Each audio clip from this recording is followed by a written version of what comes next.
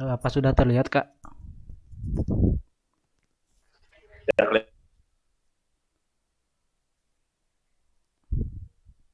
Baik, selamat siang, Kak Nandika dan juga Kak Jura dan juga teman-teman yang lain.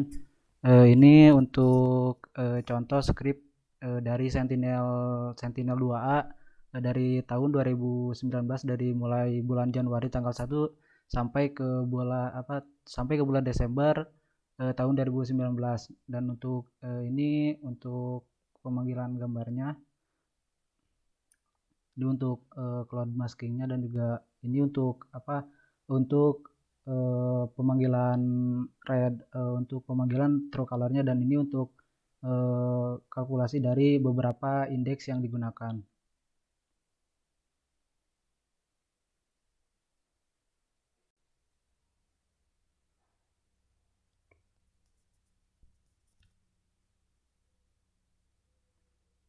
Ini untuk indeks yang digunakan, itu untuk indeksnya ada beberapa indeks dalam satu indeks. Misalkan kayak NDPI itu yang digunakan ada dua, yaitu ada NDPI dan juga NDPI Red Egg. Dan untuk indeks air yang digunakan itu ada MNDWI, N apa M, NDWI dan juga NDWI yang yang saya temukan di sumber internet itu ada band 12 sama band 11. Dan untuk indeks bangunan itu ada NDBI, NDTI dan juga Urban Index.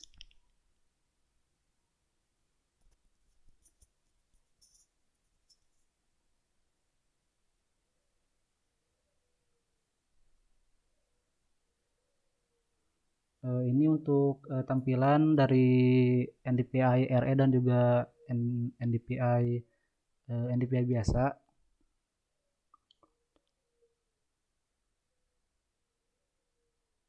Dan ini untuk tampilan dari MNDWI, NDWI dan juga NDWI 2.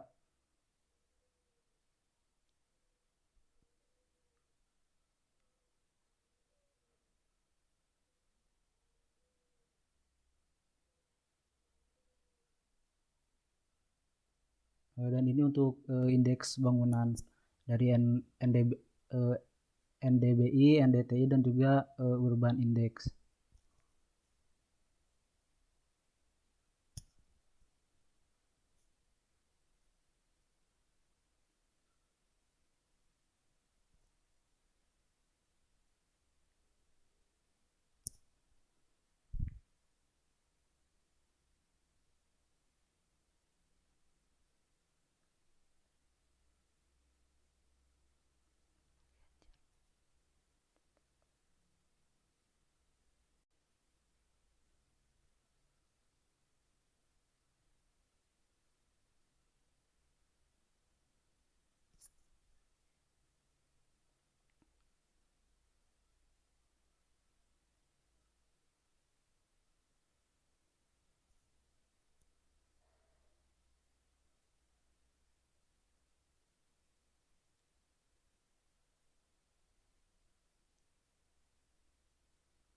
Untuk kemarin pada saat mencoba ngerunning dari beberapa indeks, sebagai contoh dari NDPI sama NDPI Red Egg itu, eh, kemarin sempat terlihat dari beberapa perbedaan, yang dimana untuk NDPI dari band band 8 dan juga band 4 itu eh, terlihat cukup sedikit detail. Dan namun untuk yang NDPI Red Egg itu kemarin pas di running, ada memang di beberapa bagian di daerah sini itu agak terlihat eh, kurang jelas, yaitu agak sedikit ngeblur gitu, Kak.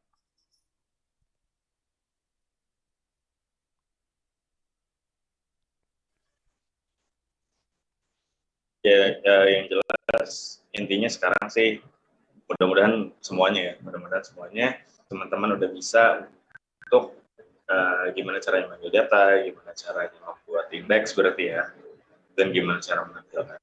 Ini udah oke sih. Udah bisa buat beberapa indeks, termasuk yang normalized difference yang sederhana, atau beberapa yang mungkin harus ditulis sendiri skripnya, rumusnya ya. Di Iya, Kak. add berapa, add dan apa. Ya, oke. Ya, oke, mungkin berarti bisa langsung kita lanjut aja. Karena pada dasarnya ini dulu yang pertama harus kita bisa adalah memunculkan band-bandnya, mengenali satelitnya, dan selanjutnya nanti baru kita ke tahap gimana caranya menggabungkan indeks, kemudian mengambil dari sampel dan melakukan klasifikasi. Oke, sip. Baik, Kak. Mungkin Terima kasih. Izin stop share, Kak. oke. Ya, mungkin sekarang coba saya yang share screen ya.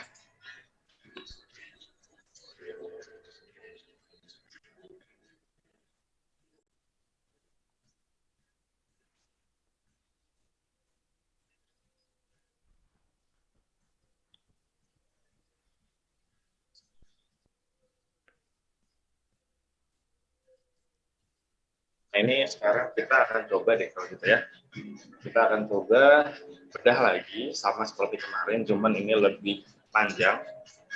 Ini untuk script klasifikasi mangrove. Jadi buat yang kemarin mengerjakan mangrove, Eca ya? Eca kalau nggak salah mengerjakan mangrove, jadi bisa sambil belajar lagi sama-sama. Mungkin ini skripnya kalau nggak salah sih sama yang dikasih Mas Anda. Nah, untuk yang lain mungkin Arvel, Rinaldi nanti ini juga bisa. Arvel juga sama ya, mangrove juga kalau nggak salah ya? Iya Kak, tutupan kanopi. Oh, tutupan kanopi, iya. Ya mungkin nanti nggak apa-apa kita sambil pelajari untuk, apalagi Rinaldi ini mungkin nggak sama topiknya, tapi coba kita bahas bareng-bareng, mudah-mudahan ada yang bisa dimanfaatkan dari ini gitu ya. Oke, nah jadi ini script ini mungkin sama seperti yang dikasih Mas Nanda ke Eca. Script yang bisa kita gunakan untuk klasifikasi mangrove. Nah, untuk script ini, coba saya running ya. Nah, ini lokasinya sudah di Bali sebenarnya.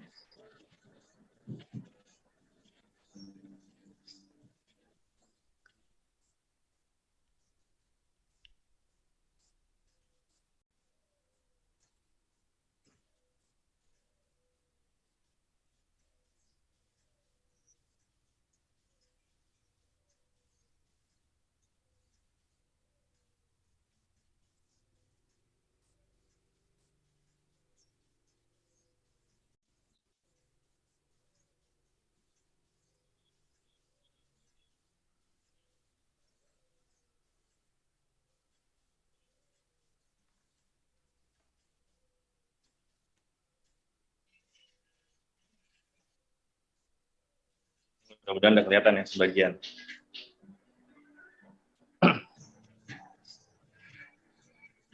Nah, ini untuk Tahura, di sini ada beberapa, ada masalah bom, Angelinaino, Menjangan, Peranca, mangrove di area sekitar Bali lah. Nah, cuman pada dasarnya konsepnya ini sebenarnya sama. Ini menggunakan klasifikasi, jadi untuk kebutuhan di tutupan lahan juga ini akan sama. Coba saya copy dulu scriptnya.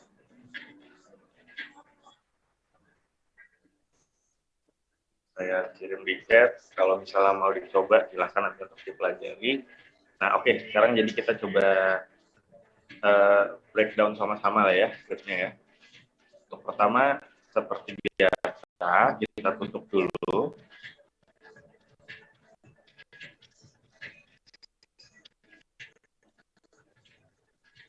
Scriptnya. Nah, oke, nah jadi di atas ini teman-teman mudah-mudahan udah familiar ya sama tampilan UI-nya GEE. Nah, jadi di atas ini, di bagian atas, di sini ada variabel-variabel di bawah script line ini ya. Jadi kita juga bisa di sini menginput beberapa variabel-variabel lain yang eh, tidak perlu kita tulis langsung teksnya. Jadi misalnya ini di sini ada di keterangan variabel Landsat 8 itu adalah, ini sebagai contoh ya, ini adalah data satelit Landsat 8. Nah, untuk memanggil, contoh misalnya untuk memanggil data-data seperti ini, kita bisa langsung ketik di sini. Jadi kita nggak harus tulis di kolom scriptnya, tapi kita bisa langsung panggil datanya. Jadi misalnya kita coba panggil misalnya Sentinel 1, kita ketik di atasnya. Ini kalau kita mau lihat keterangan dari datanya, misalnya saya ambil yang satu ini. Nah, ini ada keterangan-keterangannya, dia bandnya seperti apa, model image properties-nya, ini semua keterangannya di sini. Ini snippet-nya atau lokasi Google menyimpan data di Sentinel-nya. Nah, untuk memunculkannya, kita bisa langsung import. Nanti dia akan langsung masuk di paling bawah. Ini bisa kita ganti nama variabelnya jadi Sentinel 1. Sama halnya dengan geometri. Tadi mungkin dari contoh script nyamanan juga udah ditunjukkan. Jadi kalau kita buat geometri secara langsung, misalnya saya bikin baru di sini ya geometrinya ya. Layar. Nanti di sini akan muncul geometri 2. Geometri 2 misalnya ini bisa kita pakai untuk untuk membuat area kajiannya misalnya di sini gitu ya, di sekitar Tahura. Nanti berarti geometri 2 ini adalah si kotak merah ini, kurang lebih kayak gitu. Nah, oke, sekarang kita lanjut lagi ke script di bawahnya. Di sini sudah ditulis beberapa keterangan-keterangannya juga, jadi harusnya ini bisa lebih memudahkan teman-teman untuk mempelajarinya ya nanti ya. Di sini ada di script pertama nih, line 17 dan 18, di sini ada map set center dan map set option. Nah, untuk set center seperti yang kemarin, set center itu gunanya untuk mengambil titik tengah ketika dia di running ya. Jadi ketika di running dia langsung menuju ke lokasi koordinat ini. Nah, selain map set center, jadi kalau kita running, contoh ya, kalau kita running misal ini titik koordinatnya ada di Tahura. Kalau misalnya ini kita buang dulu nih, kita lari ke daerah Palembang. Ketika kita running dengan set center seperti ini, dia akan otomatis kembali ke daerah Bali. Nah, ini untuk skala zoom-nya, ini untuk mengingatkan aja. Jadi kalau untuk mengambil informasi titik koordinatnya, kita bisa ke inspektor, kita klik di salah satu lokasi yang mau kita lihat, kita klik di titik tengahnya, nanti ada keterangannya di sini. Ini yang kita ambil. Kemudian untuk yang 10 ini adalah zoom levelnya. Jadi kalau zoom level ini yang kita ganti, misalnya kita ganti ke 8, kita running, dia akan zoom out. Kalau dia kita buat jadi 13, dia akan zoom in. Oke ya, sampai sini mudah-mudahan paham.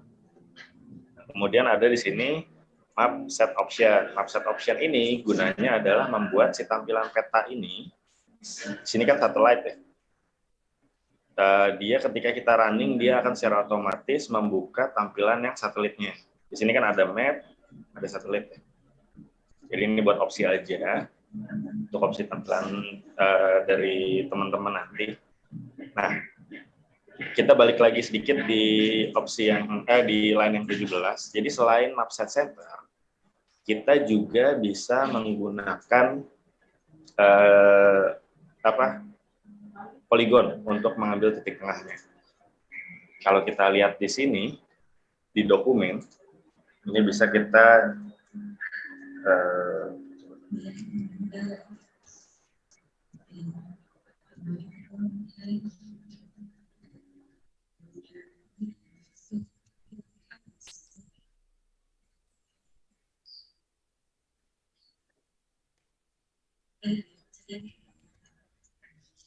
di sini ada map center object ya. Map map center object. Nah, map center object ini bisa kita gunakan juga nih sebagai contoh. Tadi kita sudah punya geometri 2 ya. Ini geometri 2 di daerah Tahura. Jadi kalau yang subcenter kita tutup dulu, kita tulis map titik center object. Nah, kalau dia fungsinya aktif, dia pasti akan berwarna ungu seperti ini. Kalau kita tulis map center object, kita tulis geometri 2. Kemudian zoom skalanya misalnya kita bikin lebih 8 gitu. Nah, kalau ini yang kita running, dia akan secara otomatis mengambil poligon si geometri 2 ini sebagai titik tengah. Jadi yang diambil adalah titik tengah dari si poligon itu. Terlalu jauh, misalnya kita rubah jadi 13. Nah, kira-kira ya. Jadi ini balik lagi nanti ke teman-teman untuk opsinya mau seperti apa, mau menggunakan center object, motion center, saja. Oke, kita lanjut ke script di bawahnya untuk cloud masking. Nah, cloud masking ini contoh untuk di Landsat 8 kebetulan.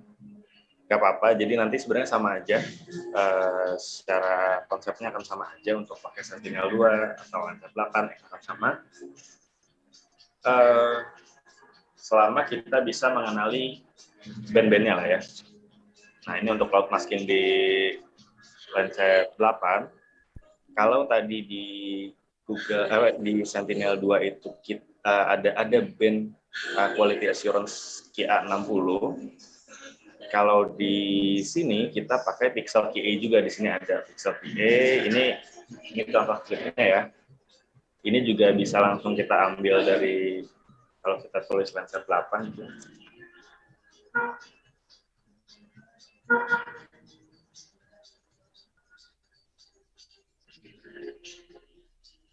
Di sini misalnya kita buka, di sini semua ada keterangannya, bitmasknya mana aja, band yang digunakan untuk menghilangkan awan itu di sini ada bit 4, kemudian ada cloud confidence-nya bit 56, di sini cloud shadow confidence-nya juga ada. Nah, ini yang bisa dipakai. Nanti juga sama konsepnya seperti yang di Sentinel 2. Oke. Nah, selanjutnya kita lanjut. Di sini adalah membuat indeks-indeks. Ini sama seperti yang tadi sudah dibuat oleh Manan ya. Jadi pertama di sini kita buat kalau di sini kita buat function, atau sebenarnya bisa juga dibuat indeks seperti biasa, variabel-variabel tanpa function juga bisa. Nah di sini kalau berdasarkan script ini yang digunakan untuk mangrove, kita di sini contohnya menggunakan NDVI, menggunakan script normalized difference. Jadi kalau normalized difference itu dia sudah pasti di sini kan normalized difference band 5 band 4 ya. Ini band A, ini band B-nya. Jadi dengan script normalized difference ini dia pasti akan membentuk rumus A plus B dibagi A min B. Selalu seperti itu. Jadi A-nya tadi 5 ya. 5 band 5 itu di Landsat 8 adalah mir. Band 4-nya itu ada red. Jadi kalau dengan normalize band 5 band 4 berarti jadinya band 5 plus band 4 dibagi band 5 plus band 4. Jadi di sini variabel NDVI adalah rumus tersebut, kemudian nama bandnya kita rename jadi NDVI. Proses berikutnya juga sama, NDFI ya. Di sini mangrove index. Ini band 7 sama band 3, berarti band 7 plus band 3 dibagi band 7 min band 3. Kita rubah namanya NDFI. Kemudian modified normalized difference water index, ini untuk water. Ini juga sama, jadi ini tinggal kita cari-cari aja lah ya rumus-rumus yang kira-kira punya keterkaitan sama objek yang kita amati. Jadi kalau misalnya di sini konsepnya adalah objek yang diamatinya adalah mangrove, berarti mangrove ini dia akan bisa diamati menggunakan indeks vegetasi dan indeks air. Nah, kalau nanti konsepnya adalah mengerjakan tutupan lahan, berarti indeksnya harusnya akan lebih banyak karena tutupan lahan terdiri dari vegetasi, ada bangunan, kemudian ada bukaan lahan, dan lain sebagainya gitu ya, ada banyak di sana. Jadi yang harus kita gunakan B-nya tentu indeks-indeksnya nanti akan lebih banyak. Oke, kemudian di sini simple ratio. Simple ratio di sini kita ambil data dari band 5 dibagi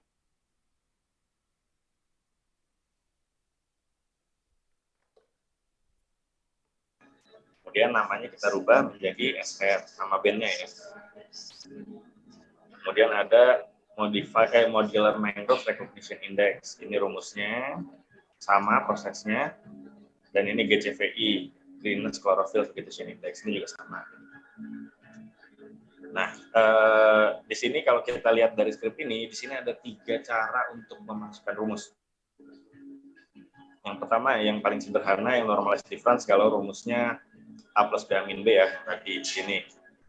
Kemudian yang simple ratio, di sini bisa kita panggil image-nya, kita pilih band-nya, kemudian kalau mau dibagi, kita tulis dot divide, dibagi band berapa.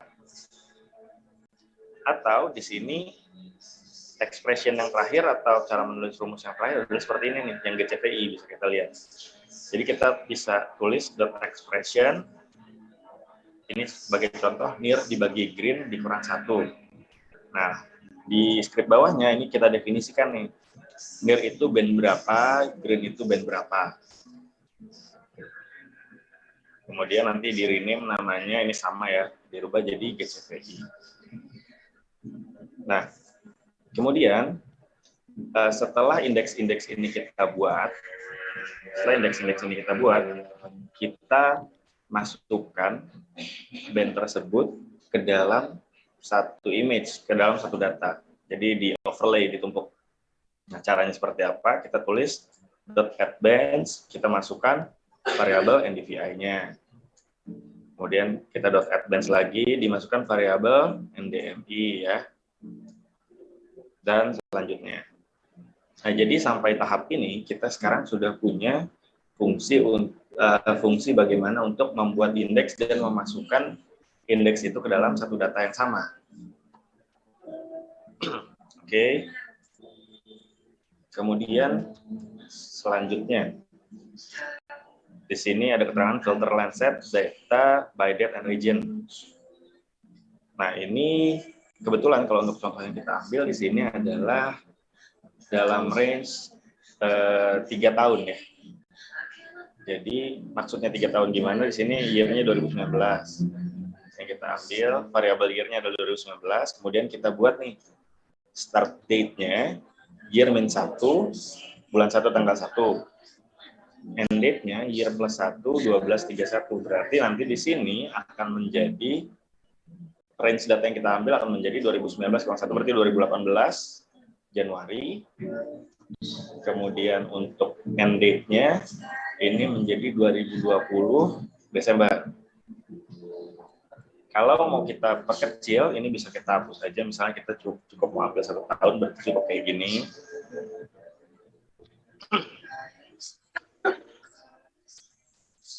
Oke. Selanjutnya, di 2.4 di sini ada apply filter and mask Landsat 8 imagery. Jadi kita buat dulu variabel Landsat 8. Landsat 8 ini adalah data yang terdiri dari start date-nya tadi dari 1 Januari 2019 berarti sekarang ya, sampai 31 Desember 2019.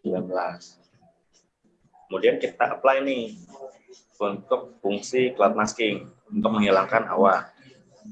.map dalam kurung mask cloud. Mask cloud ini dari mana? Dari yang tadi sudah kita buat sebelumnya di atas. Ini ya. Yang fungsi untuk menghilangkan awannya. Kemudian add index, ini adalah fungsi untuk memasukkan indeks-indeks tersebut ke band di Lancet 8.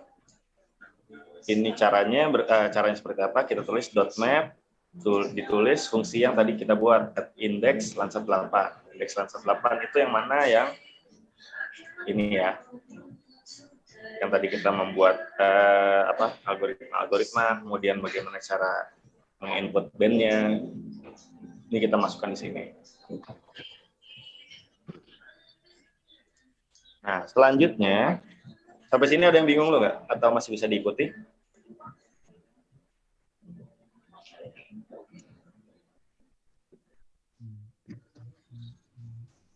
Oke, saya lanjut dulu aja ya. Kemudian, setelah tadi kita buat variabel Lancet 8 ini ya, L8 ini berarti L8 ini adalah data yang sudah di masking, data yang sudah ditambahkan indeksnya. Kemudian kita buat kompositnya nih. Kompositnya ini adalah dengan cara menambahkan dot median dan dot clip geometri. Dot median ini fungsinya untuk apa? Seperti yang kemarin sudah dijelaskan ya. Jadi ada banyak tumpukan data di sepanjang tahun tadi ya, start date sampai end date itu ada banyak tumpukan data. Jadi dari setiap tumpukan data tersebut nanti akan ditumpuk dicari nilai mediannya. Oke, sampai sini konsepnya mudah-mudahan ngerti si median ini seperti apa. Kemudian setelah kita punya nilai median dari data Lancet sepanjang tahun 2019, kita flip datanya, kita potong datanya dengan geometri yang sudah kita buat. Data geometrinya ini ada di beberapa lokasi, karena kebetulan ini untuk beberapa lokasi di daerah Bali lah ya.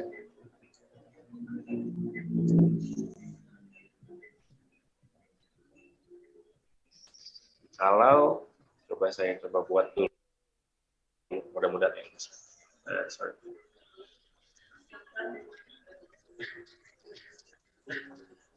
Kalau ini sebagai contoh, kita coba buat kita munculkan dulu datanya ya.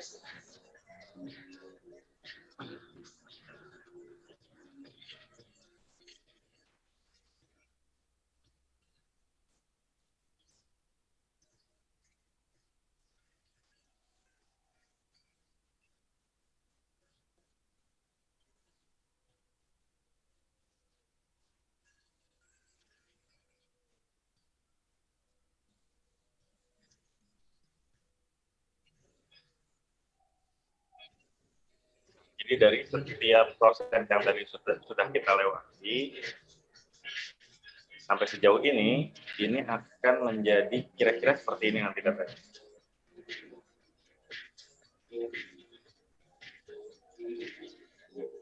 Ini untuk di Nusa Lembongan ya. Kemudian ini data di Pasura dengan gabungan 564 clear, near, dan red. Seperti biasa kalau kita rubah-rubah tinggal kita rubah aja 432 contohnya.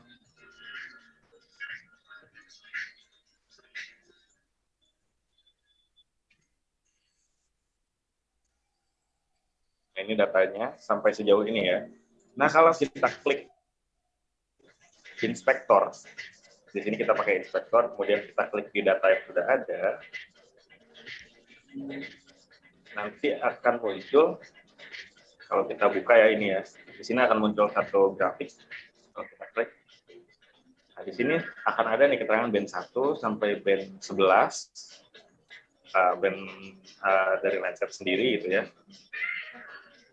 Kemudian ada data-data QA-nya, quality assurance-nya yang memang sudah disediakan. Kemudian ada indeks-indeks yang tadi sudah kita buat di sini. Di titik tadi, berarti di titik yang tadi kita klik gitu ya, NDVI-nya nilainya 0,89, MI-nya nilainya minus 0,06, MNDWI-nya minus, ada spectral reflectors, dan lain sebagainya. Jadi ini fungsi untuk add index itu tadi.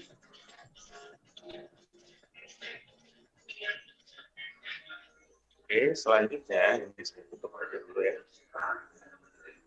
Selanjutnya kita coba buka lagi.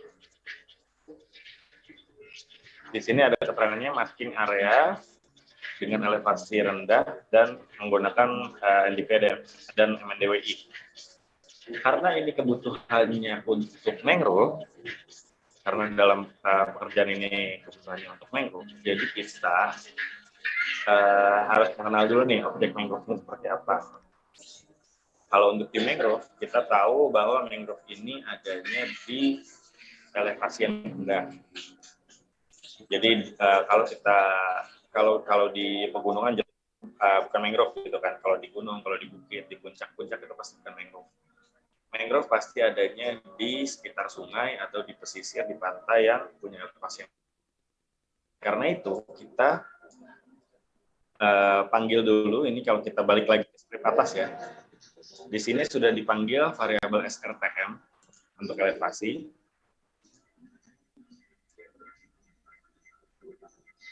Jadi di sini adalah kita buat variabel baru namanya SRTM fluid.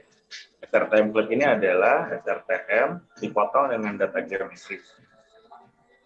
Kemudian kita masking, kita ambil data di elevasi di bawah 65 meter.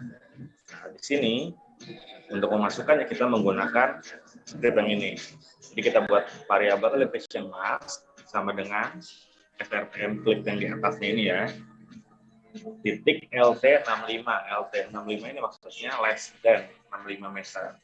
Jadi di bawah 65 meter datanya akan dibutuhkan.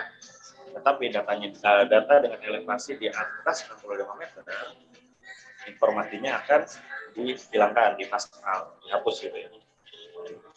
Nah, selain less than, kita juga bisa, kalau misalnya untuk keperluan yang lain, kita bisa buat greater than, GT. Kalau ini berarti nanti yang diambil adalah data di atas 65 meter. Cuman karena kebutuhan kita mangrove adalah karena kebutuhan kita adalah mangrove, berarti kita ambil adalah less than 65 meter. Ini sebagainya. Kemudian kita juga tahu bahwa mangrove ini adalah vegetasi yang kebanyakan adanya di genangan air. Jadi bisa kita simpulkan bahwa dari nilai NDVI contohnya, nilai vegetasi itu objek yang punya daun, yang punya klorofil, maka nilai NDVI-nya pasti akan di atas 0. Karena kalau yang di bawah 0 itu non vegetasi. Nah, berbanding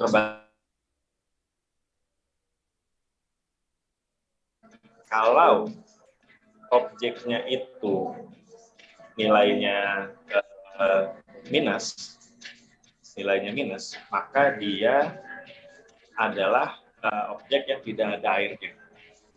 Tapi kalau nilainya 0 sampai 1, dia pasti akan memiliki kandungan air atau bisa jadi tergenang gitu lah ya. Nah, jadi berdasarkan informasi tersebut dan berdasarkan kajian di sini kita buat nih. Jadi kita buat NDVI mask dulu. Pertama, kita ambil data komposit, kita masking data lensa 8 yang tadi sudah dibuat sebelumnya ya. Ini data komposit ini, data lensa 8 yang sudah dimediankan dan diklip. Kita yang pertama pilih data NDVI-nya, dipilih yang lebih tinggi di atas 0,25 meter. Karena dia adalah vegetasi. Kemudian kita masking juga dengan modified normalized sea transporter index. Yang kita ambil adalah nilai MNDWI yang di atas minus 0,5. Oke. Setelah kita buat maskingnya, ini baru dibuat ya, jadi masih belum diaplikasikan ke citranya. Kita apply di sini. Kita apply, kita buat variabel komposit. Itu adalah data komposit. diupdate mask dengan NDVI, berarti dimasking dengan NDVI, kemudian dimasking dengan MNDWI, dan dimasking dengan elevasi dari SFTR. Oke, selanjutnya 2.7 ini adalah untuk melakukan display, untuk membuat displaynya. Ini parameter ya, untuk parameter visualnya seperti apa, visual parameternya seperti apa tampilannya. Kemudian yang di bawahnya adalah untuk memanggil datanya ke dalam tampilan peta. Data player, kompositnya adalah datanya, kemudian kita potong dengan data geometri. Kemudian untuk warnanya kita pakai variabel vispar yang sudah dibuat di atas. Di sini kita buat nama layer di sini adalah Landsat Composite 2019. Nah, kalau sampai sini kita running, maka yang akan muncul adalah data ini. Jadi kalau tadi data airnya masih terambil gitu ya, data-data air tadi masih terambil, data-data pengiriman masih terambil dengan masking-masking yang tadi sudah kita terapkan. Makanya sekarang diambil hanya data-data dengan elevasi rendah, kemudian sudah diminimalisir airnya gitu ya, dan sudah diminimalisir data-data non vegetasinya. Kurang lebih hasilnya akan menjadi seperti ini. Nah, selanjutnya ini adalah proses dari klasifikasi. Nah, klasifikasi yang kita pakai di sini adalah klasifikasi supervise. Nah, kenapa di sini yang kita pakai adalah supervise? Karena ketersediaan script unsupervised di GEE itu sebenarnya ada, tapi memang script unsupervised ini yang disediakan metode-metodenya itu metode-metode yang lama. Jadi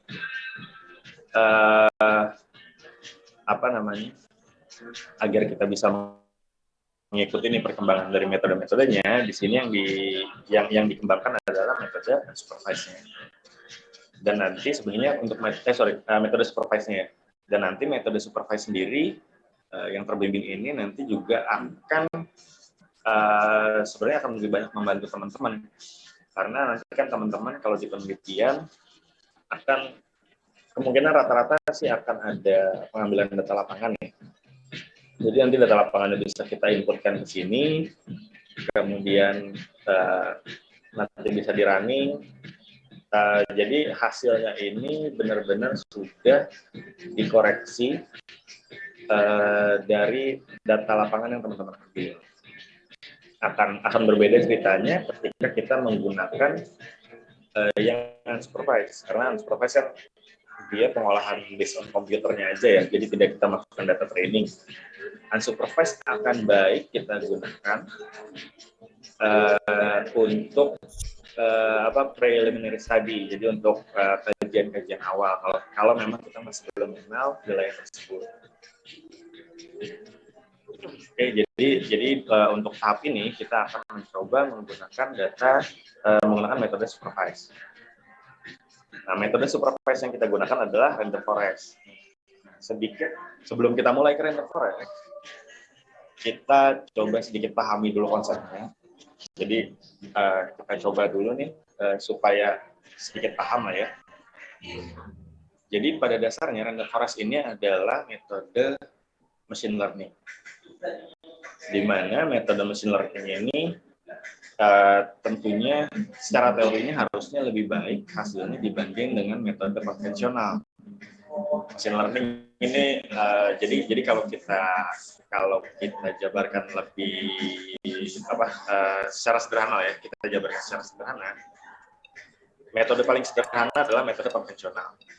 Kemudian di atasnya itu ada metode machine learning yang lebih baik dalam melakukan pengolahan citra. Nah, di atas machine learning ini ada artificial intelligence yang dibagi juga nanti di atasnya ada deep learning. Jadi sebenarnya untuk metode yang telah berkembang sampai saat ini itu tuh sudah amat sangat banyak. Dan random forest sebenarnya juga bukan termasuk metode yang paling baru gitu ya. Jadi ini sebenarnya sudah metode yang sudah lama dikembangkan, tetapi diketahui hasilnya juga cukup bagus gitu. Makanya yang kita terapkan di sini adalah metode yang random forest. Nah, tadi kalau misalnya kita bahas untuk yang artificial intelligence, yang AI, itu contohnya ada neural network misalnya. Kalau teman-teman mau melakukan kajian klasifikasi yang lain gitu ya, teman-teman bisa coba pelajari selain random forest, bisa mempelajari neural network atau misalnya fuzzy logic. Itu juga sekarang termasuk metode-metode yang banyak dikembangkan untuk melakukan pengolahan data, termasuk di pengolahan data spasial. Nah, sekarang kita balik lagi ke random forest. Jadi coba ya. Nah,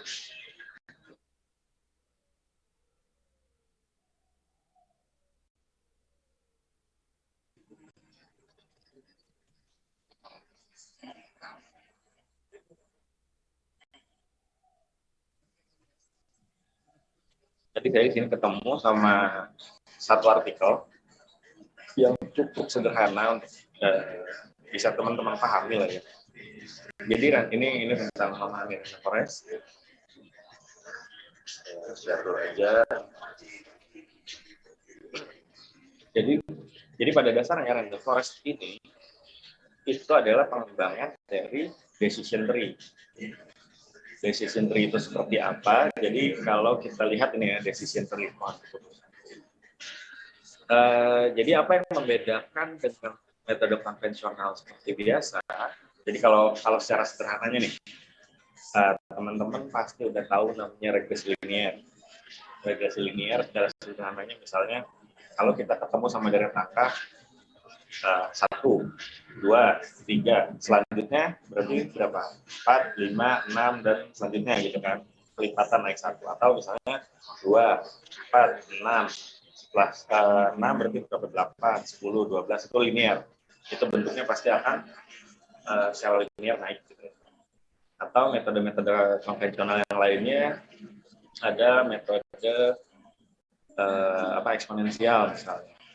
Jadi kalau misalnya 1/1, 2/2, 3/3, semacam itu ya. Jadi dia eksponen naik gitu ya, bentuknya melengkung kalau kita lihat di grafik.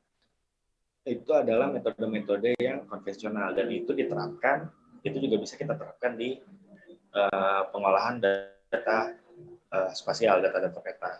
Sebagai contoh, kalau teman-teman tahu ada interpolasi namanya minimum distance. Minimum distance itu cuma secara sederhana mengambil misalnya di titik teman-teman berdiri sekarang itu ada nilai 1 gitu ya, misal 1. Kemudian di utara teman-teman itu ada satu data spasial lagi. Misalnya di utara teman-teman sejauh 1 kilometer itu ada data spasial lagi dengan nilai 2. Nah, berarti untuk mengisi kekosongan data dari tempat teman-teman berdiri sampai ke 1 kilometer ke utara teman-teman itu dia hanya secara linear aja gitu. Ya, mudah-mudahan teman-teman ngerti ya sampai situ. Oke.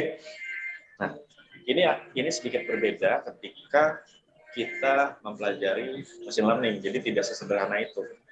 Machine learning pada dasarnya pada dasarnya machine learning itu membutuhkan data training. Jadi kita harus membuat data-data training dulu supaya bisa dipelajari oleh si mesinnya. Kemudian ketika nanti sistem itu mesin itu menemukan objek yang sama seperti data training yang sudah kita buat atau menyerupai, maka akan diklasifikasikan sebagai objek yang sama gitu seperti yang data training. Nah, ini sebagai contohnya. Kita masuk ke decision tree-nya dulu ya. Untuk decision tree misalnya ada satu kumpulan data di sini 11000 gitu ya. Dengan ada beberapa perbedaan yang bisa kita lihat misalnya. seperti namanya decision gitu, keputusan. Di sini si sistem ini dia akan secara sederhananya dia akan membuat sebuah keputusan.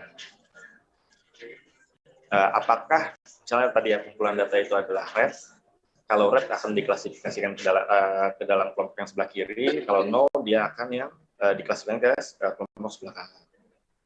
Kemudian dari data yang masih bisa diklasifikasikan lagi, dipisahkan lagi, ini dipisahkan lagi nih. Apakah datanya ada underline-nya?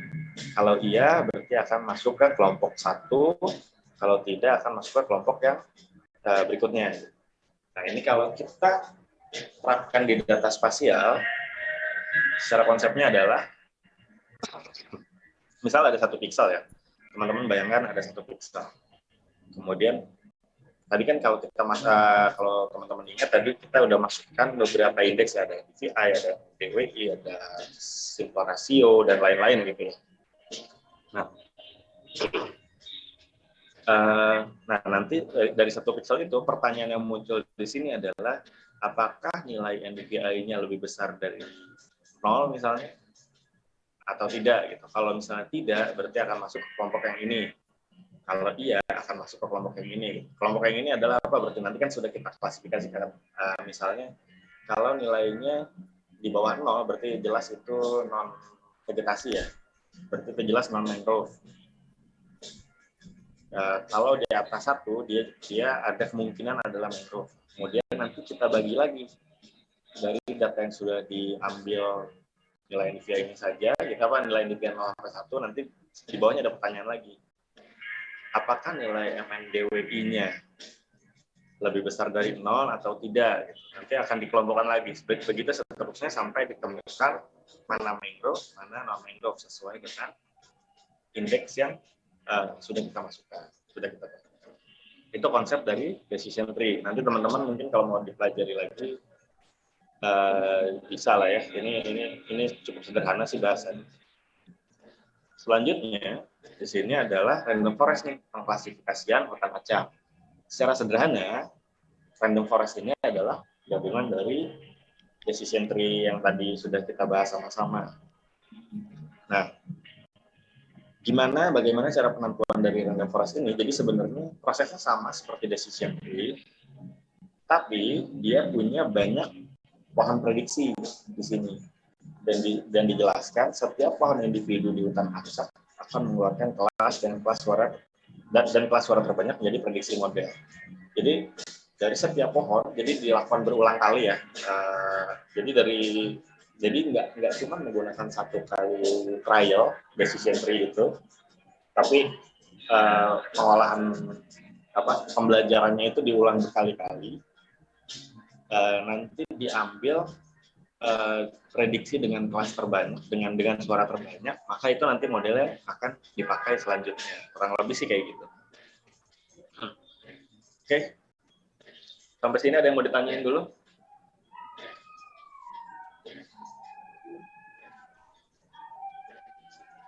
Ada yang bingung sama konsepnya mungkin?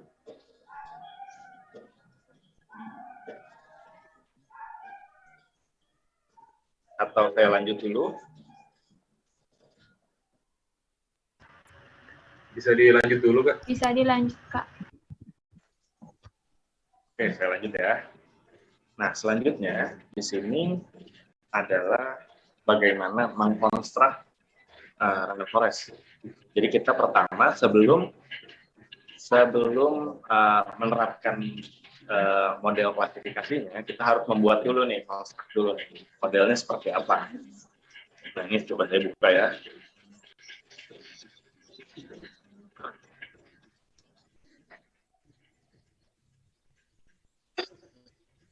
Oke, nah di sini kalau di sini sudah ada nih variabel kelas adalah mangrove, merge, non-mangrove. Mangrove dan non-mangrove ini apa? Kalau kita kembali lagi ke atas, di sini sudah ada 2 variabel, mangrove dan non-mangrove. Ini adalah 2 data lapangan yang sudah kita buat sebelumnya. Jadi data mangrove dan non-mangrove ini adalah data-data geometri. Ini kalau kita lihat ada mangrove sama non-mangrove ya. biar kelihatan. Jadi kalau kita lihat, kita buka nih data geometri mangrove sama non mangrove-nya. Nah, ini adalah data-data yang dimaksud. Jadi data mangrove adalah data yang warna hijau, non mangrove yang warna biru.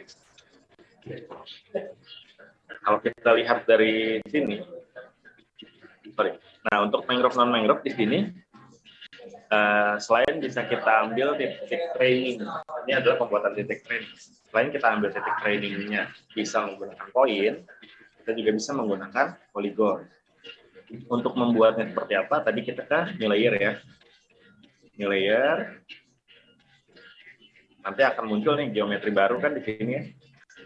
Akan muncul geometri baru. Kemudian kita buka datanya, setting di sini.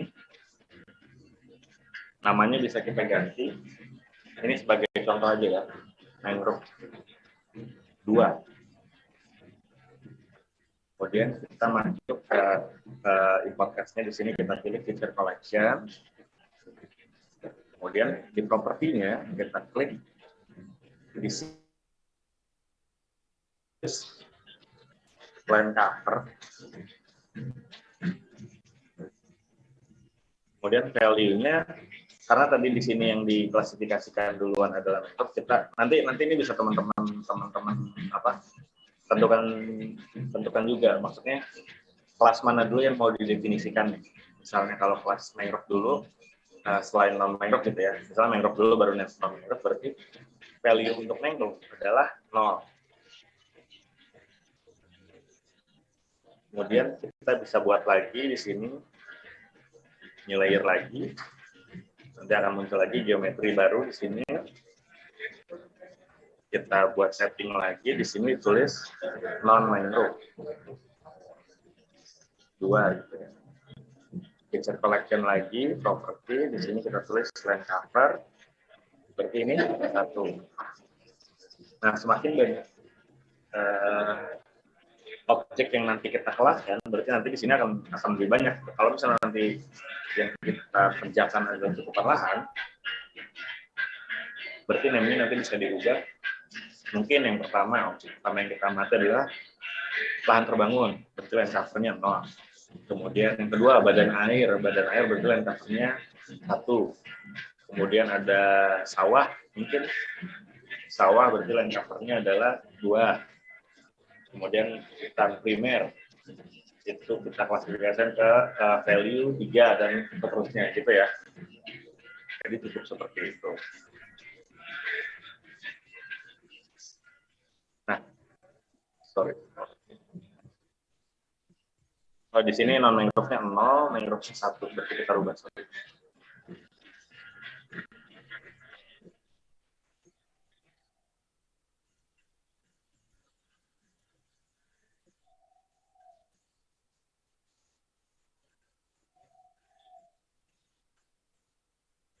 Saya rubah dulu warnanya.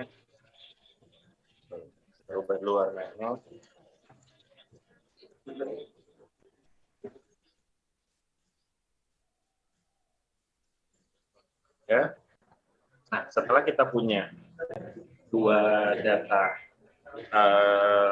mangrove non mangrove, kalau kita mengerjakannya dari Google Earth Engine secara langsung, ini kita bisa melakukan pengamatan secara visual. Misalnya, untuk pengamatan secara visual kita harus sudah tahu dulu dengan gabungan bendingan 64 untuk di Landsat gitu ya. Near Square Red, RGB-nya Near Square Red, kita bisa tahu bahwa yang mangrove itu warnanya akan oranye. Sementara yang warnanya hijau berarti itu non mangrove, pemukiman atau yang lainnya gitu ya. Nah, jadi ini bisa kita klik yang mangrove sampai dia warna ada boldnya. Kemudian ini bisa kita ambil titik-titik sampelnya. Ini sebagai contoh aja ya. Ini kita ambil seperti ini. Atau kalau mau kita buat dalam bentuk poligon, bisa kita buat seperti ini. Klik 2 kali di akhir gitu.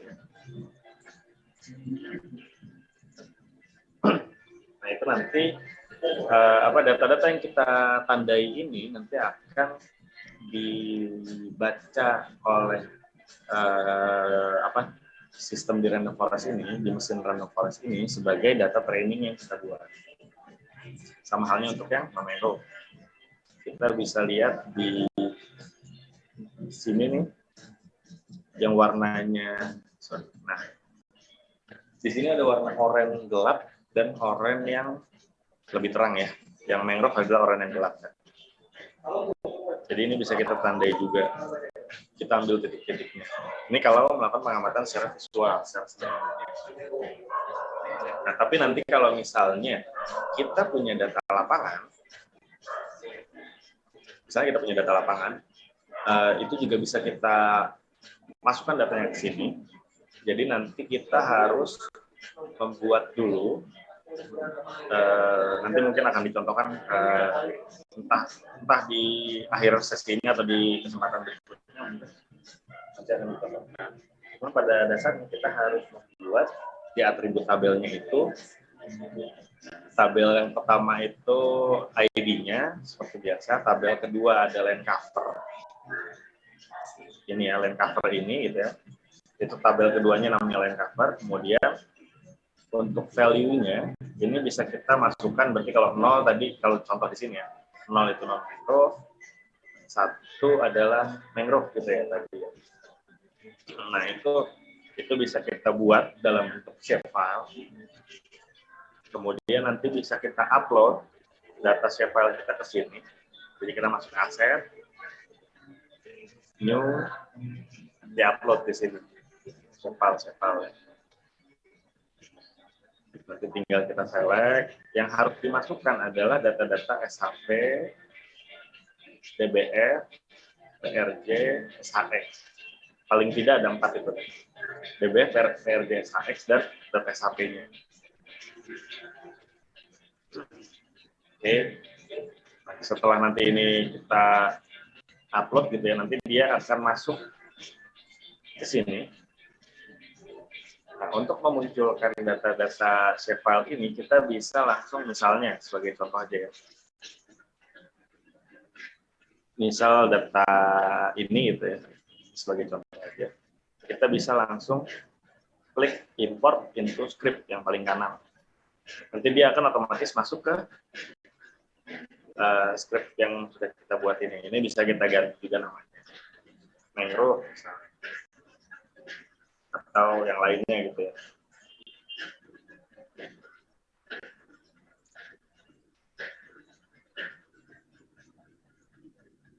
Oke. Nah, sekarang kita kembali lagi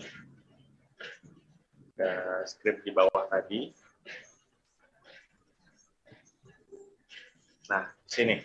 Jadi kita yang pertama adalah membuat training polygon dulu ya.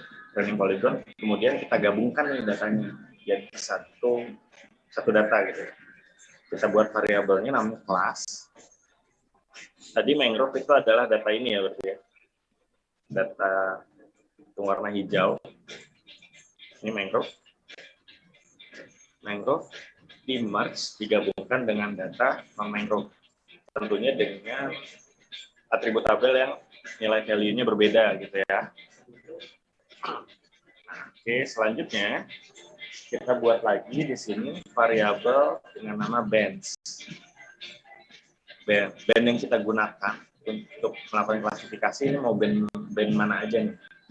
Nah, di sini sebagai contoh yang kita gunakan adalah band 5, band 6, band 4 karena dia sensitif untuk mendeteksi mangrove ya. Jadi kita menggunakan band 5, 6, 4. Kemudian kita memasukkan indeks-indeks yang sudah kita buat sebelumnya. Ada MDPI, ada MDMI, ada MDWI, SR, AMATRI, dan BCD. Nah, ini kita buat seperti ini. Kemudian di sini kita buat lagi variabel image, variabel baru lagi.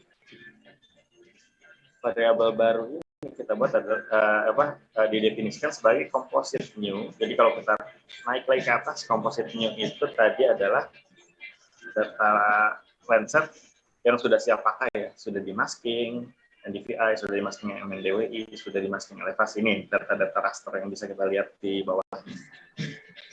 Itu adalah data composite new. Kemudian data composite new ini kita pilih band-nya. Band yang tadi digunakan adalah band-band ini ya. Jadi kita pilih band 5, 6, 4, NDVI, NDMI, MNDWI, dan selanjutnya. Kemudian ini untuk memastikan lagi aja, kita klik lagi dengan geometri. Di mana geometri itu datanya seperti ini tadi. Jadi sampai sini, sekarang kita sudah punya variabel image yang ada di sini. Kalau misalnya kita coba panggil ya, variabel image itu hasilnya akan jadi seperti ini.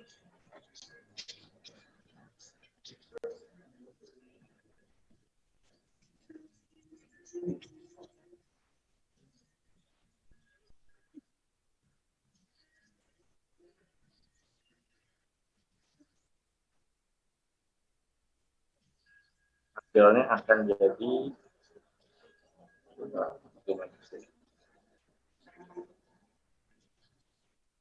hasilnya sama seperti ini, cuman kalau kita klik inspektor, kita klik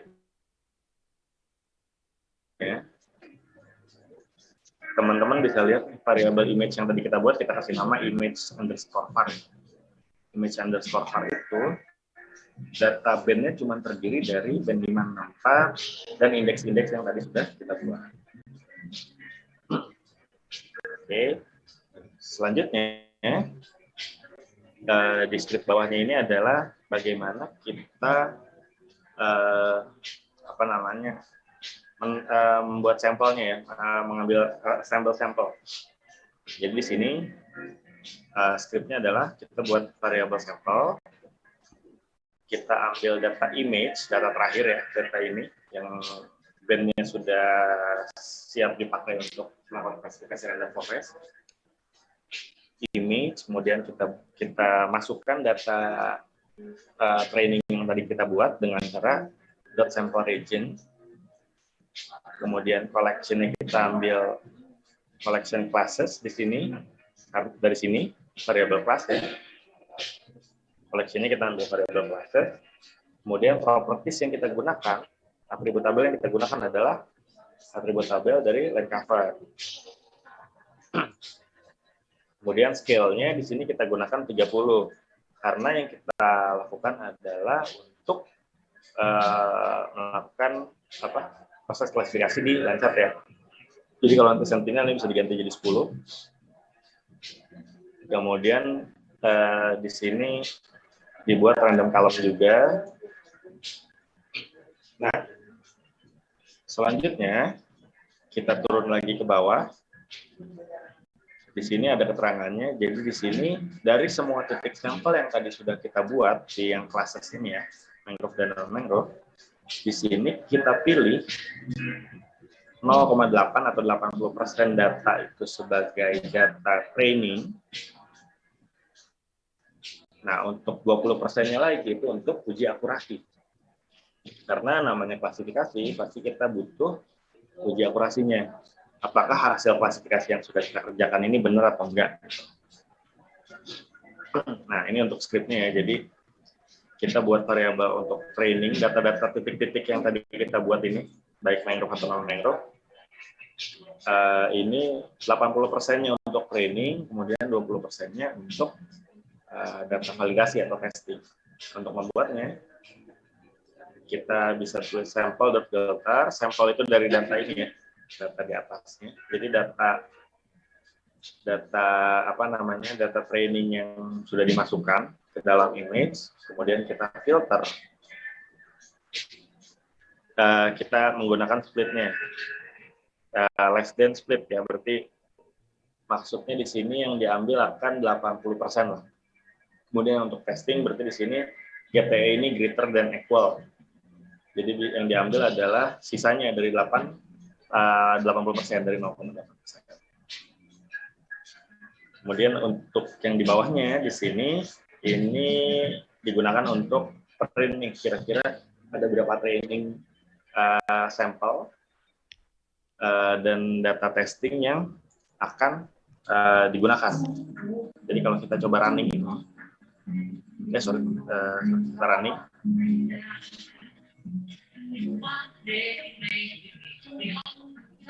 Nanti di konsol akan ada keterangannya. Berapa jumlah titik sampel yang kita ambil, kemudian berapa jumlah trainingnya, kemudian berapa jumlah titik yang digunakan nantinya untuk validasi. Nah, jadi yang tadi kita lihat semua ini adalah untuk bagaimana preparing data, preparing model random forest ya, random forest model. Kemudian di sini ada lagi yang 3.2.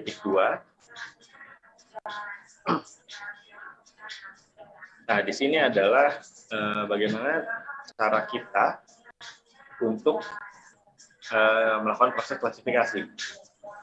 Jadi kita buat variabel classifier, kemudian kita tulis classifier smile random forest, karena yang kita gunakan di sini adalah model random forest, metode klasifikasi random forest. Kalau teman-teman mau coba metode klasifikasi yang lain, teman-teman bisa coba tulis di sini classifier, ada banyak di sini yang pilih, ada decision tree, ada lead SPM, minimum distance, spectral agent, smile random forest, bias, dan lain sebagainya. Jadi ini bisa kita ubah. Kemudian di sini ada 100,5. Nah, di sini ada penjelasannya. Smile random forest digunakan untuk running model. Jadi 100 ini adalah bagaimana ini untuk mendefinisikan berapa jumlah pohon yang digunakan. Kemudian 5 ini adalah untuk mendefinisikan dalam setiap pohon berapa variabel yang digunakan untuk penentuan kelas. Nah, jadi kalau tadi kita lihat ke sini ya, ini kan satu pohon nih, variabelnya itu ini, pertanyaan-pertanyaan ini. Jadi berapa pertanyaan yang akan secara random nanti dia tanyakan, itulah kira-kira. Di sini diatur sebagai contoh 100 dan 5. Jadi ada 100 pohon lainnya, selain tadi satu pohon ini ya, ada 99 pohon lainnya. Dengan setiap pertanyaan ini, kita ambil ada 5 pertanyaan yang akan diacak secara otomatis oleh random forest itu.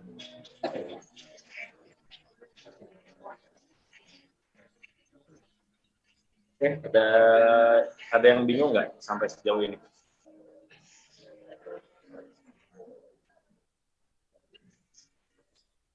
Kalau nggak ada, oke, saya lanjut lagi dulu ya.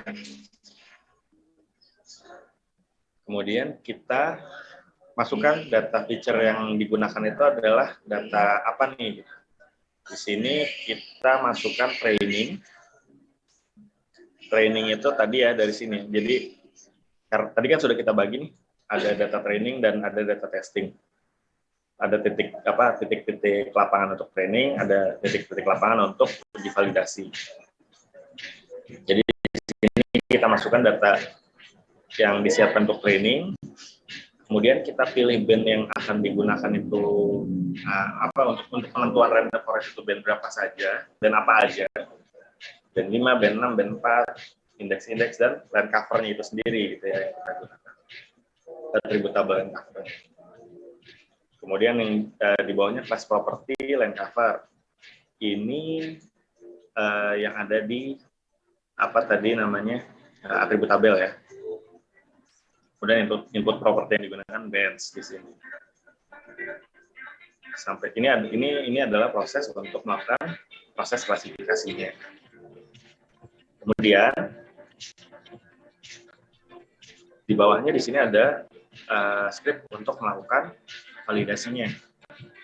Untuk melakukan validasi di sini kita menggunakan data titik testing ya, data testing. Kemudian kita menggunakan fungsi classify.classifier. Classifier tadi adalah kalau kita naik ke mana?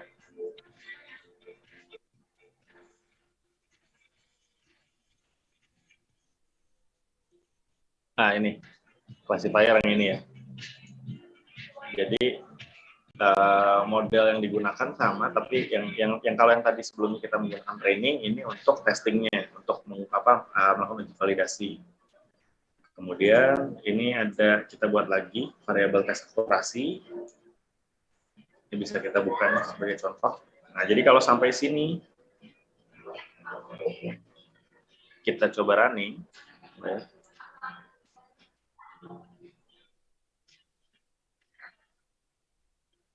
Nah, nanti di sini akan ada berapa jumlah sampel yang tadi kita print, kemudian berapa trainingnya 1741, testingnya 438. Dua titik ini adalah gabungan dari yang sampel ini ya, gitu ya. Jadi total sampelnya sekian, yang dipakai untuk training ada 1000 sekian, yang digunakan untuk validasi 400 data.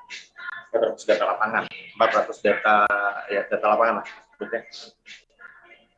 Kemudian di bawah nih kita print lagi nih, print untuk validation error matrix, dan untuk overall akurasi. Nah, di sini error matrixnya teman-teman bisa pelajari confusion matrix kalau misalnya ingin tahu lebih lanjut soal ini. Kemudian untuk overall akurasinya, semakin mendekati nilai 1, maka hasil akurasinya akan semakin baik gitu. Di sini kita dapat 0,99. Oke. Selanjutnya, ini saya buka lagi. Jadi kalau kita buka data hasil classifier yang tadi ya, jadi variabel classifier ini jadi adalah hasilnya. Sorry, mana? Ya, ini yang classifier ini adalah hasilnya. Jadi kalau hasil classifier sebenarnya nanti dia masih banyak noise-nya, atau banyak, kalau teman-teman udah biasa klasifikasi mungkin akan tahu. Jadi datanya tidak akan smooth, akan banyak misklasifikasi yang ukurannya 1 piksel, atau saya coba munculkan dulu.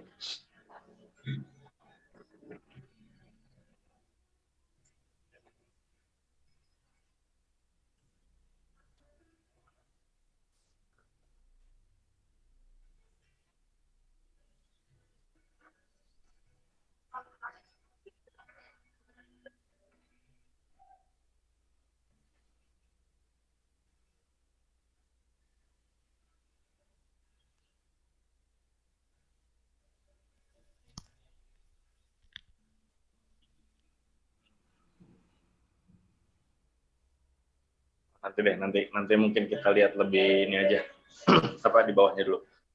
Kita skip dulu yang itu, nggak apa-apa. Kemudian di sini ya kita lanjut dulu aja ya.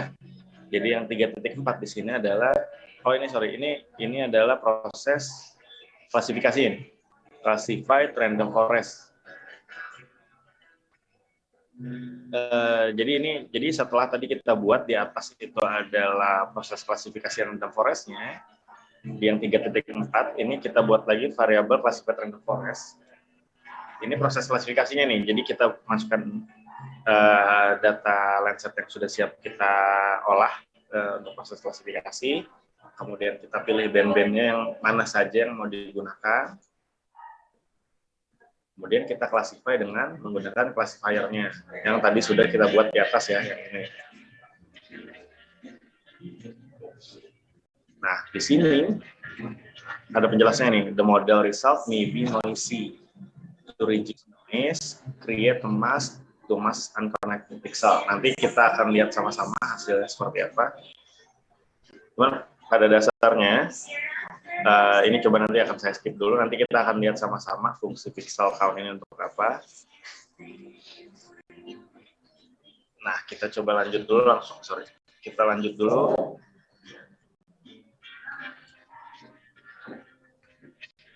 Ke script yang di 221 ya.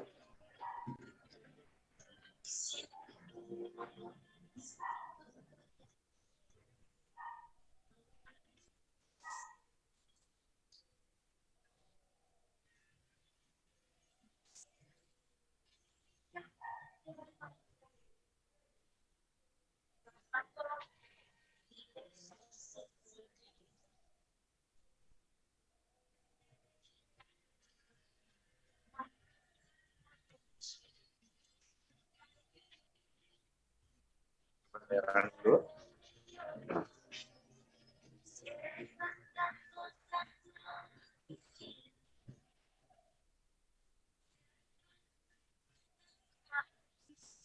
Coba zoom ke salah satu lokasi, misal di sini aja.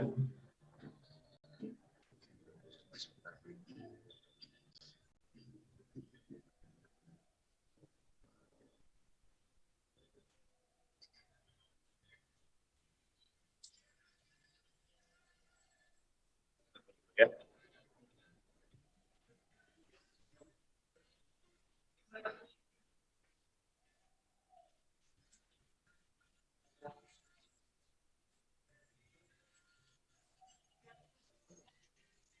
Nah, apa yang kita bisa lihat di sini?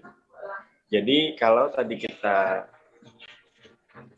kembali ke yang ini ya, pixel count ini.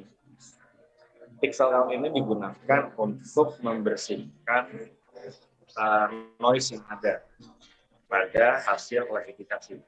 Nah, jadi sebenarnya proses klasifikasi itu sudah selesai di variabel classified and the forest ini.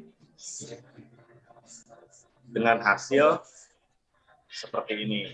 Kalau kita lihat ini hasilnya. Hasilnya seperti ini. Tapi karena disebutkan bahwa resultnya ini ada kemungkinan terlalu banyak noise, maka diterapkan connected pixel count. Connected pixel count ini cara kerjanya adalah dengan menghilangkan yang pixel-pixel satu-satu pixel yang kecil-kecil di sini. Kalau tadi teman-teman lihat,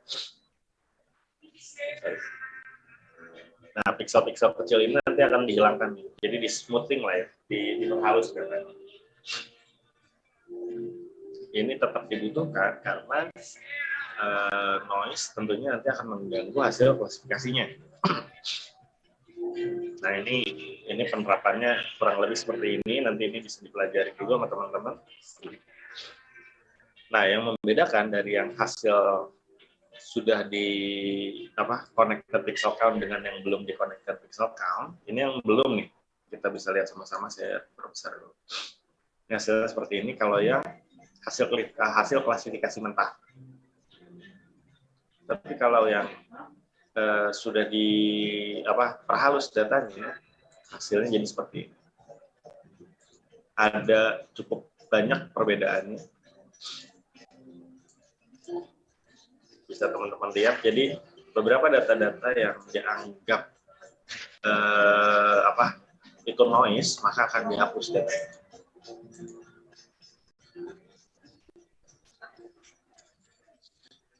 Nah, untuk script selanjutnya di bawah ini sebenarnya ini adalah script tambahan aja.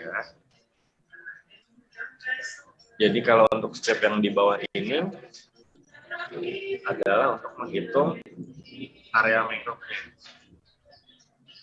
Jadi untuk perhitungan area mangrove-nya di sini kita cukup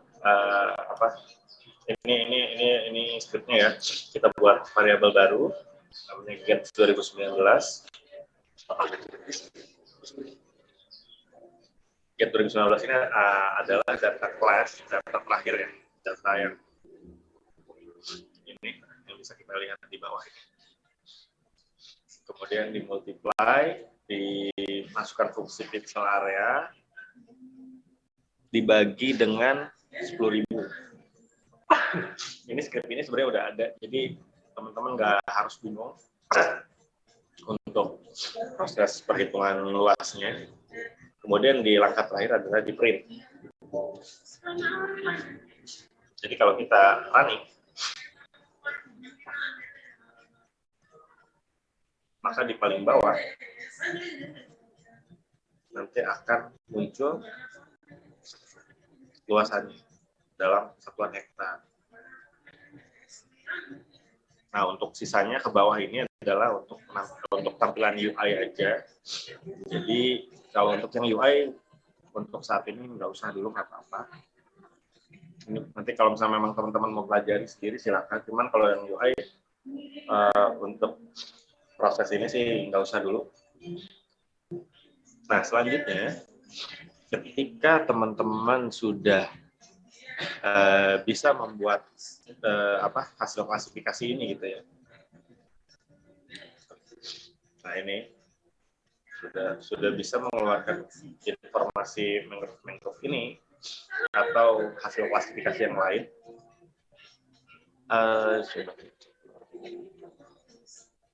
Nanti teman-teman itu bisa mengekspor datanya.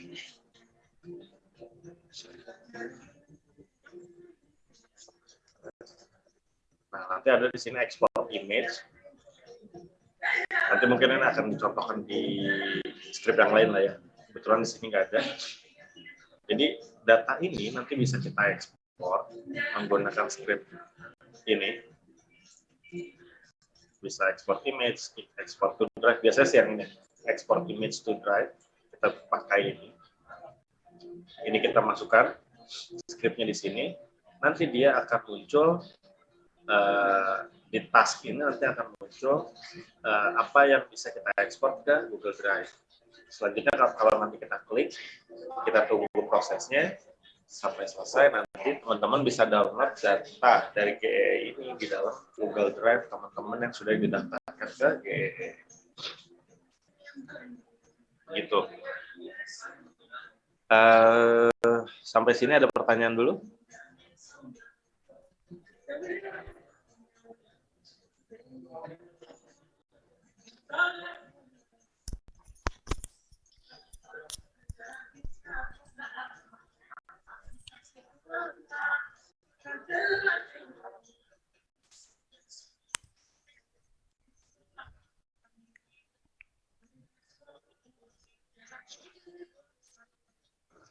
Atau oke, ini tadi skripnya sudah ya. Nah, ini jadi nanti mudah-mudahan untuk Eca yang memang mengerjakan mangrove atau Apel mungkin yang mengerjakan hobinya mengerjakan hobi mangrove, mudah-mudahan bisa dipakai skrip-skripnya. Jadi silahkan dipelajari lagi. Cuma pada dasarnya kurang lebih seperti itu.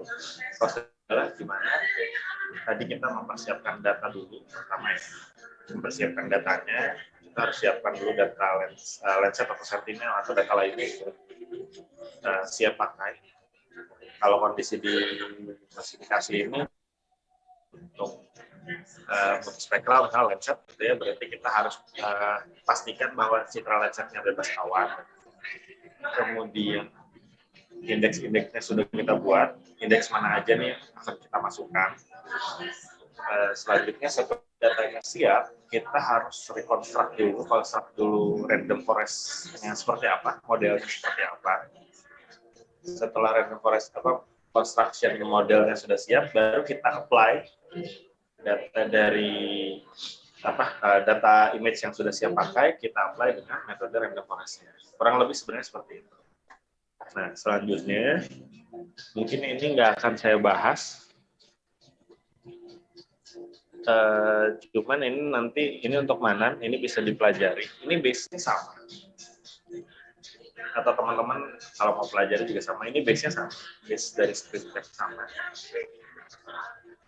Oh sorry, ini ada untuk export image ini.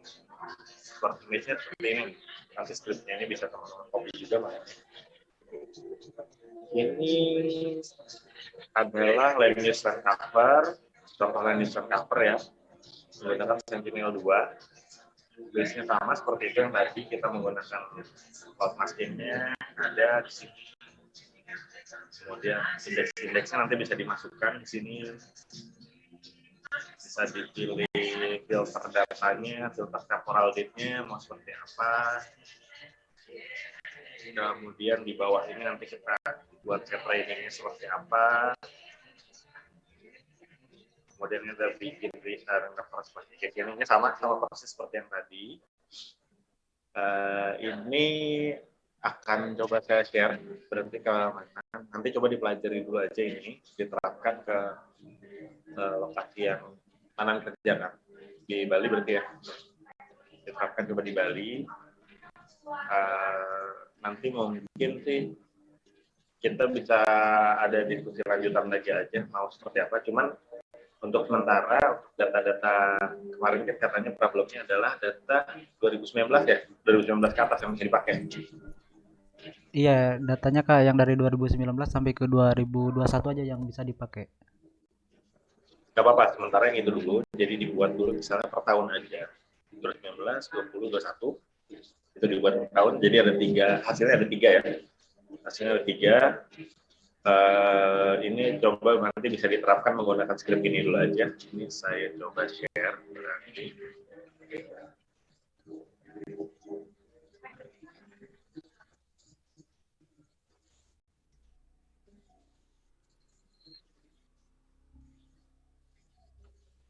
Oke, itu scriptnya udah ya. Jadi nanti bisa dipelajari coba dari sini aja. Ini kalau sebagai contoh aja. Ini contohnya di daerah Batu.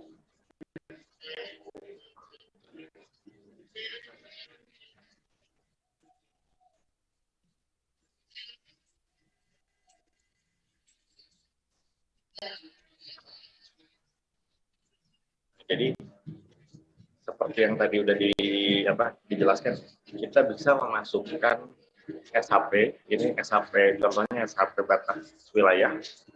Jadi kita masukkan, kita upload. Ini batas wilayah di daerah Malang, daerah Batu. Kita upload, kemudian nanti kita import datanya, kita masukkan. Nanti yang bisa kita gunakan untuk kliknya, kita bisa menggunakan data itu.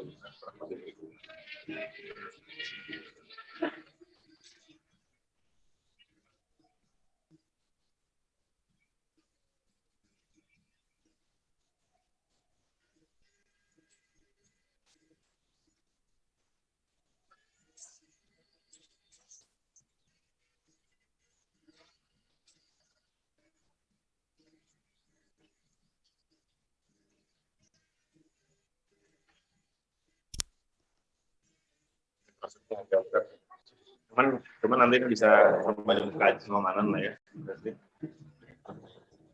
ini kalau di sini ada beberapa contoh penahan yang digunakan, ada hutan, terbangun, sawah, atau juga penggunaan tambak sumber air. Ini bisa diterapkan aja. Nah ini.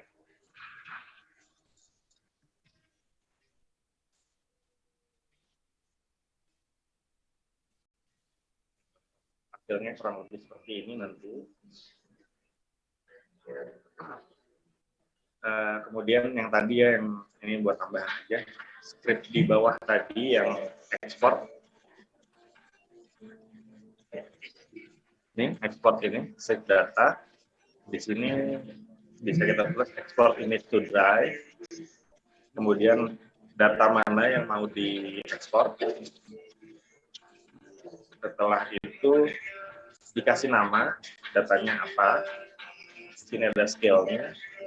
Scale 10 karena sentinel 10 meter ya, kita masukkan 10. Jadi kalau misalnya memang kita hanya untuk tampilannya, misalnya supaya datanya nggak berat, ini bisa kita rubah juga jadi 30. Cuma nanti dia akan diresampel berarti jadi 30 kali 30 resolusi spasial. Nah nanti akan bisa kita download di task ini nih, task nanti akan muncul seperti ini. Tinggal kita running. Nanti dia akan masuk otomatis ke dalam drive kita. Jadi harus dipastikan drive kita juga punya storage ya. Oke. Sampai sini ada pertanyaan dulu. Saya coba stop dulu ya. Pertanyaan dulu mungkin, atau dari Mbak Jura. Mbak Jura ada yang mau ditambahkan ya Mbak?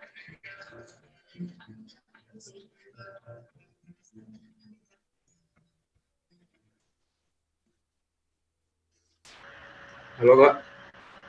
Oh iya, gimana? Aku mau nanya ini Kak. Tadi kan waktu klasifikasi itu kita harus ganti value jadi 0 sama jadi 1. Itu kalau kebalik gimana? Kalau misalnya yang non mangrove-nya 0, mangrove 1, itu berubah nggak hasil klasifikasinya? Oh, nggak apa-apa. Jadi pada dasarnya yang penting kita konsisten. Jadi pada dasarnya kita harus mengingat itu gitu ya. Jadi ketika kita memasukkan 0 itu, contoh 0 itu untuk mangrove, kemudian satunya untuk non-mangrove. Nah, nanti, jadi kalau saya coba bikin lagi ya. Ini sebagai contoh. Kalau kita lihat, ini contoh yang cukup lahan ya. Kita lihat misalnya hutan di sini kelasnya 0. Kemudian lahan terbangun 1 gitu ya, dan selanjutnya sawah berarti 2, lahan terbuka 3, perkebunan 4, ya kalinya 4 dan lain sebagainya. Ini akan menjadi urutan aja nanti. Jadi kalau misalnya ternyata urutannya terbalik-balik nih, misalnya lahan terbangun dulu yang kita masukkan sebagai value 0, hutan itu kita masukkan value 6 misalnya di bawah sini, itu nggak masalah. Cuman yang nanti akan berubah cuman tentang masalah ini aja. Nah ini, jadi kalau kita lihat di sini, nanti nilainya akan dari jadi gini. Jadi nilai dari pixel ini, pixel dari data yang tadi sudah kita klasifikasikan, nilainya akan dari 0 sampai sekian, tergantung kelas yang kita buat gitu ya. Kalau di contoh yang ini dia ada 6 kelas. Berarti nilai value-nya dari 0 sampai 5, 0, 1, 2, 3, 4, 5. Ada 6 data ya, ada 6 value di sana. Nah, yang akan membedakan cuma masalah urutannya aja. Karena tadi kita masukkan urutannya 0 hutan, lahan terbangun 1, sawah 2, lahan terbuka 3. Maka urutan nilai minimumnya, nilai 0 akan menjadi hutan. Nilai 1 lahan terbangun, dan selanjutnya gitu, ngerti ya. Nantinya itu harus kita ingat untuk menentukan gimana kita memberikan warna gitu aja sebetulnya. Sebagai contoh, kalau di sini kita map layer, kita munculkan data hasil klasifikasi ini. Kita munculkan data hasil klasifikasi ini. Datanya adalah classified rainforest, kan? Kemudian nilai yang tersimpan dari data yang kita munculkan ini nilainya berapa? Nilai ini minimumnya 0. Karena tadi kita buat klasifikasinya dari nilai maksimumnya berapa? Nilai maksimumnya 5. Karena kita buat berurutan yang 0, 1, 2, 3, 4, 5. Jadi minimumnya 0, maksimumnya 5. Kemudian kita buat paletnya. Warnanya mau seperti apa? Di sini sebagai contoh, hutan di sini dijelaskan hijau tua. Hijau tua ini warnanya adalah yang kodenya 1C6E00. Nah, warna ini bisa kita ambil dari hex color. Kalau teman-teman pasti tahu hex color, jadi tinggal tulis Google aja hex color. Ini bisa diambil. Jadi mau warna seperti apa, diambil aja kode ini. Kode itu bisa diambil, dimasukkan ke sini. Itu menjadi warna hijau tua. Kemudian warna abu-abu itu berarti tadi nilai value 1 ya. Nilai value 0 sorry. Untuk kita. Nilai value 1 berarti dia adalah lahan terbangun. Lahan terbangun kalau kita misalnya sebagai contoh warnanya apa? Kita bisa tulis gray juga. Gray. Ini kita tulis gray, nanti dia akan warnanya yang warna abu ini adalah warna terbangun. Kemudian berikutnya sawah. Sawah di sini diberi warna kuning gitu ya. Berarti kita tulis di sini yellow dan lain sebagainya dan seterusnya. Cuman itu aja jadi yang membedakan.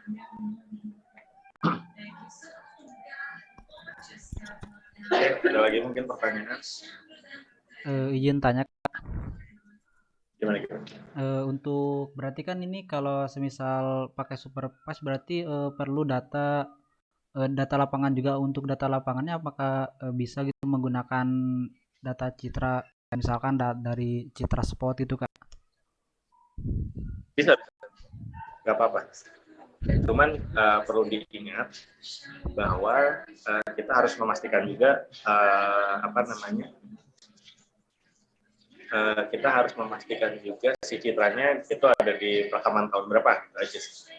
Itu bisa. Jadi untuk mengatasi keterbatasan kita yang nggak bisa ke lapangan misalnya, kita bisa menggunakan data spasial, data satelit yang punya resolusinya lebih tinggi. Kita amati, akan lebih baik sebenarnya kalau misalnya memang kita menggunakan titik sampel yang lokasinya sama. Kalau bisa seperti itu akan lebih bagus. Jadi mungkin kayaknya nanti di yang berikutnya aja kita coba gimana cara kita menentukan titik sampel dari SHP ya. Nanti kita buat SHP-nya dulu, nanti kita input ke Google Engine-nya. Cuman untuk trial dulu sementara ini nanti bisa dicoba dulu aja pengamatan secara visual kayak yang tadi aja. Gak apa-apa, jadi nanti bisa diamati visual. Oh ini kira-kira sawah, oh ini kebunan, misalnya, oh ini hutan primer misalnya, dan lain sebagainya. Ya.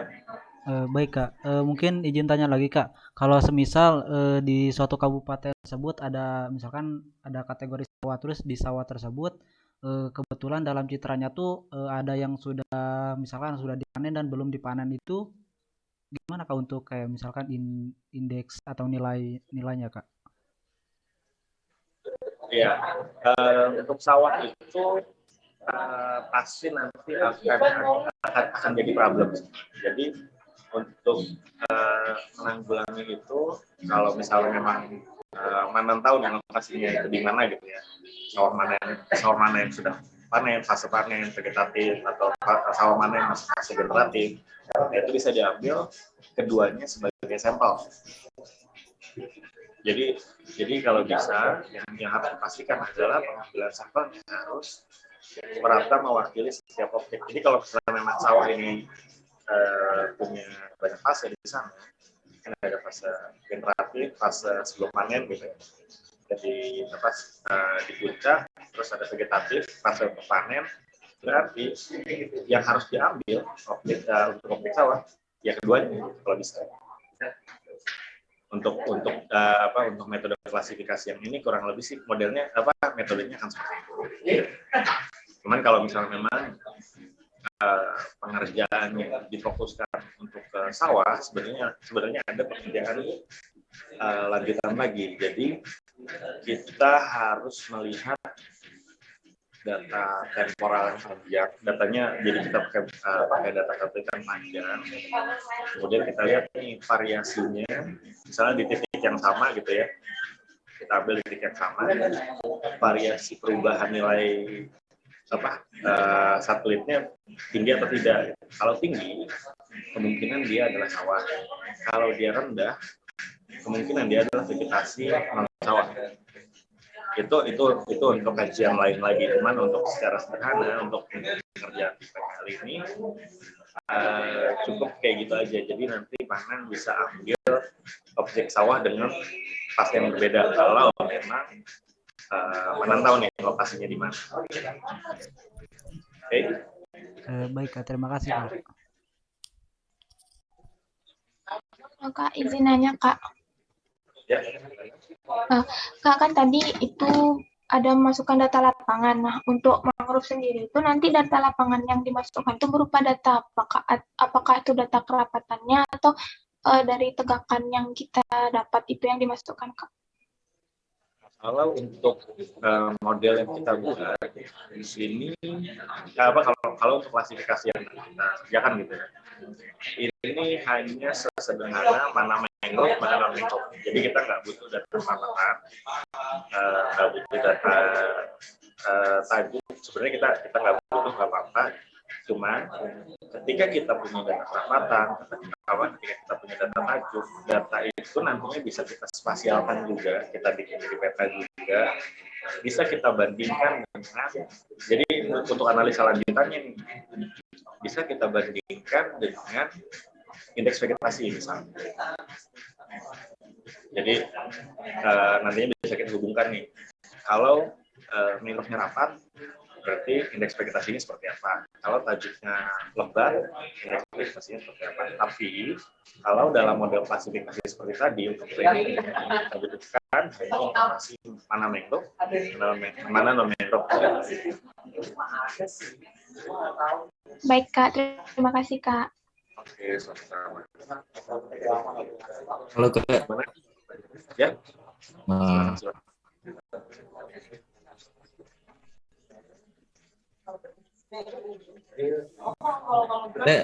Nah, sejujurnya masih bingung sih untuk mengaplikasikan GE, cuman kalau yang tadi penjelasan itu ya sedikit mengerti mengenai alur yang untuk mangrove ya. Cuman yang untuk gimana dia bisa di perubahan garis pantai itu juga. Dan juga nih kan yang kemarin skrip dikasih Arisnya itu kan jadi kayak permen itu kan, misalnya istilahnya skrip kalau yang kemarin.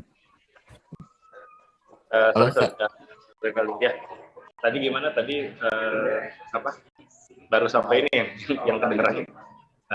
Tadi cukup mengerti soal yang mangrove, tapi kalau untuk penerapannya masih bingung.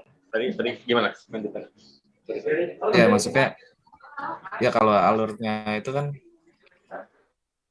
kalau untuk mangrove tadi sih penjelasannya sih bisa mengerti gitu setidaknya. Nah cuman untuk yang mangrove ini yang coastal perubahan garis pantai itu. Perubahan garis pantai, oke. Oke, jadi mungkin kalau yang soal perubahan garis pantai kebetulan ada Mbak Zura juga. Mungkin Mbak Zura tadi katanya nggak bisa komen, jadi ikut mendengarkan aja. Cuman nanti mungkin bisa jadi bahan diskusi Rinaldi sama Mbak Zura ya, bener kan? Untuk ini. Ya, halo Mas Dika. Iya, halo. Halo Mas Dika. Iya betul Kak. Suara saya terdengar ya? Kedengar. Ya, saya nyambi di jalan nih, mohon maaf karena di kantor. Oh ya, untuk bulan kita ini malamnya masih manual di ARCIS ya Masnya. Jadi belum masuk ke GE. Mungkin setelah ini Mas Tera nanti kita bahas untuk GE-nya untuk perubahan garis pantai gitu ya. Mungkin hampir sama seperti mangrove, mungkin namun indeksnya mungkin nggak sebanyak yang dijelasin sama Mas Dika tadi gitu. Terus untuk klasifikasinya ya sama. Kita juga pakai rainforest, tadi juga Mas Dika juga nyontohinnya rainforest gitu. Terus untuk uji akurasi juga sama. Nah, mungkin untuk pengambilan sampelnya aja yang beda ya. Kalau misalnya perubahan garis pantai itu kan beberapa literatur itu klasifikasinya itu beda-beda gitu. Nah, yang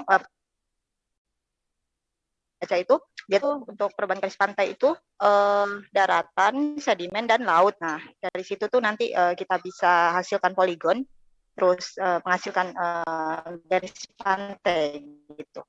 Kayak gitu. Nanti kita bahas lebih lanjut aja nih Mas Tera. Itu dari saya Mas Dika, terima kasih banyak ilmunya. Benar, saya juga ikut belajar ini.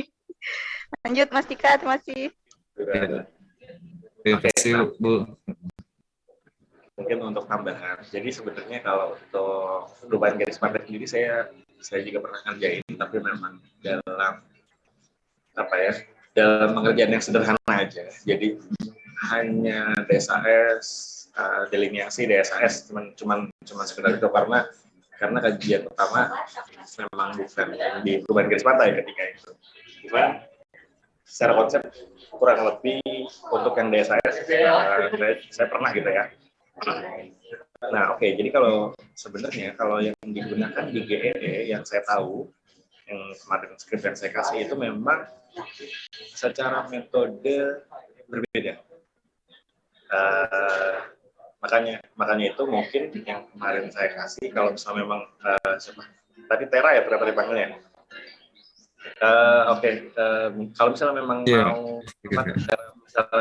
mau serius mengerjakan di bagian perubahan garis pantai sampai skripsi, mungkin itu bisa menjadi penelitian lanjutannya. Metode yang kurang lebih sama bisa diterapkan di lokasi-lokasi lain. Cuman kalau untuk DSAS yang sederhana, pengerjaan DSAS yang seperti biasa gitu ya. Kita cukup melakukan delineasi garis pantai. Jadi kita melihat mana laut, mana batas garis pantainya. Itu bisa. Kalau misalnya areanya kecil bisa kita digitasi. Makanya itu masih manual. Jadi bisa kita digitasi dalam rentang berapa tahun. Kemudian kita menggunakan DSAS di ArcGIS gitu kan. Kita lihat tren perubahannya seperti apa. Karena ada beberapa metode juga di sana. Bisa yang linear, bisa yang saya lupa, bisa linear atau regresi lainnya gitu ya kalau nggak salah. Itu untuk DSAS. Nah kalau misalnya yang kita ini masih DSAS juga, tapi misalnya kita punya data tambahan lain, misalnya pasang surut. Pasang surut bisa kita gunakan untuk secara lebih baik menentukan batas antara darat dan lautnya. Nah nanti balik lagi, kalau yang saya pahami ya, nanti akan balik lagi yang kita mau ambil adalah batas mana nih? Apakah batas surut terendah, batas pasang tertinggi atau yang mana gitu? Itu semua ada keperluannya masing-masing. Sebagai contoh ini kita agak keluar dari pasang surutnya, misalnya batimetri. Batimetri yang digunakan oleh Pusidros kalau nggak salah, transportasi dinas transportasi apa Pusidros kalau nggak salah, yang digunakan batimetri adalah surut rendah. Kenapa? Karena di Sidros, Pusidrosal ini dia menggunakan informasi batimetri ini untuk pelayaran. Kalau dia ngambil pasang tertinggi, data batimetri misalnya pasang tertinggi gitu ya, dan ternyata prediksinya plus minusnya ada salah, ada potensi kapalnya bisa karam.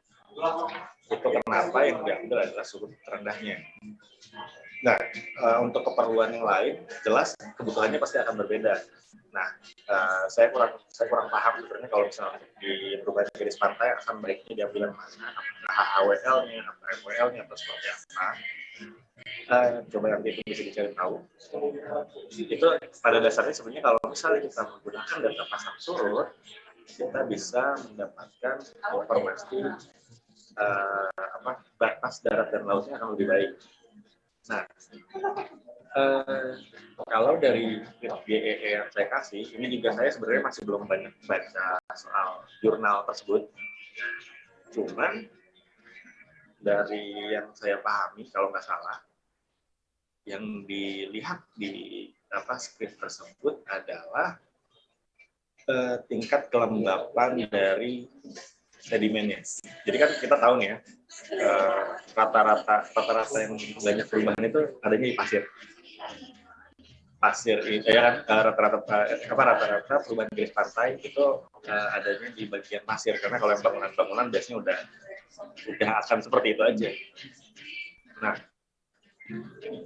skrip GEE yang saya kasih itu kalau nggak salah sih skrip yang digunakan untuk melihat mana batas terbaik yang bisa kita ambil.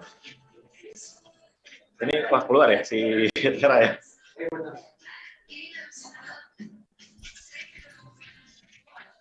Iya, Kak. Coba kita tunggu dulu.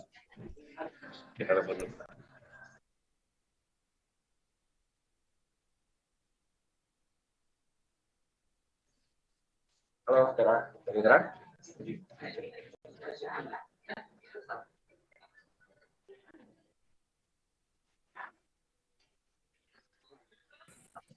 Kak. Ya, oke. Saya lanjut ya, nggak apa-apa saya lanjut.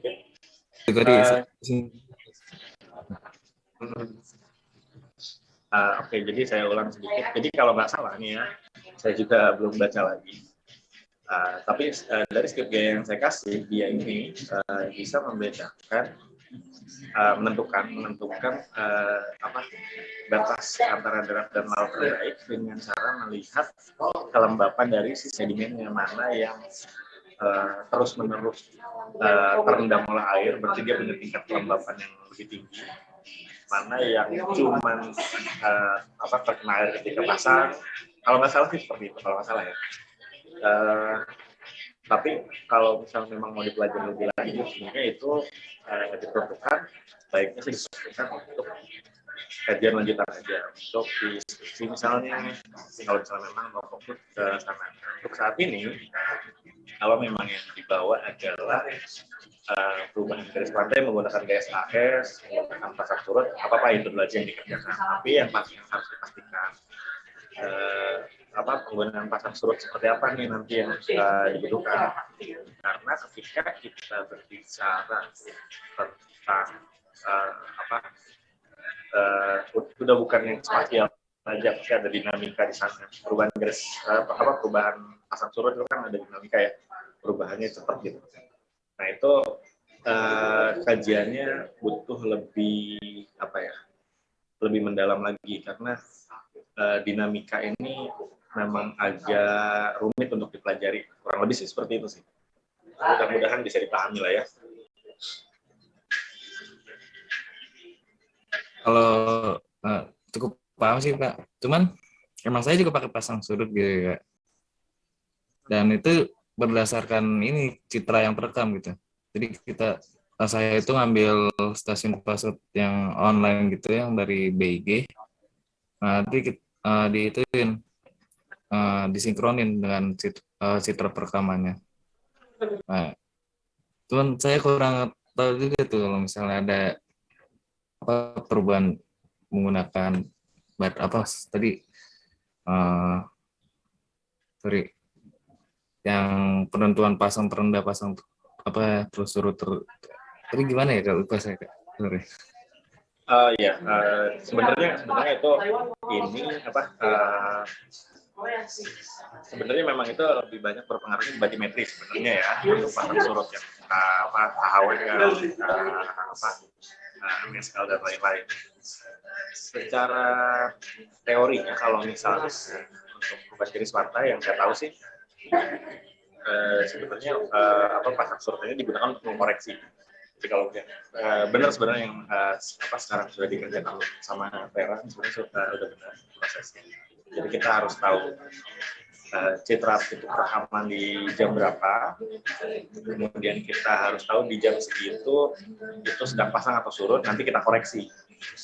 Ada pergeseran berapa meter, kurang lebih sih seperti itu ya, kalau yang saya paham. Nah, ya, betul saya koreksi. Nah, iya betul. Itu yang umum digunakan untuk di pasang surut. Kalau misalnya untuk yang tadi HWL, level, LWL dan lain-lain, itu sebenarnya tadi cuma sebagai contoh aja gambar. Bagaimana sebenarnya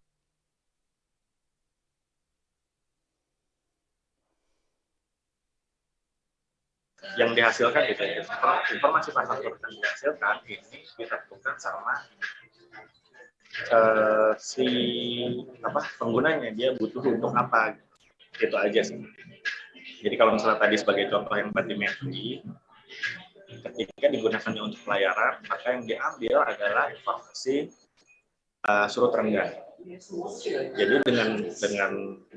dengan data-data surut terendah, kita akhirnya bisa tahu nih bahwa si kapal ini memang tidak bisa melalui wilayah dengan yang terlalu surut gitu loh. Karena kalau misalnya kita ngambilnya pakai data yang pasang tertinggi, di informasinya misalnya di titik kita berdiri nih misalnya itu 5 meter gitu ya.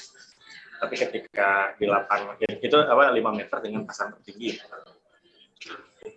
Ternyata ketika di lapangan kondisinya sedang surut, ternyata cuma sampai 2 meter, kapal bisa karam. Itu sebagai contoh untuk di batimetri. Cuman akan lain ceritanya ketika diterapkan di perubahan garis pantai tentunya. Nah, untuk di perubahan garis pantai, yang umum yang saya tahu adalah melakukan koreksi yang sekarang kita kerjakan itu. Cuman nanti coba bisa dipelajari lagi lebih lanjut. Apakah ada pengaruh juga nih soal pasang tertinggi surut tertingginya untuk menentukan penentuan garis pantainya? Itu aja sih. Terima kasih Kak atas pemahamannya. Oke, sama-sama. Ya, terakhir mungkin sebelum kita tutup, ada lagi yang mau ditanyain?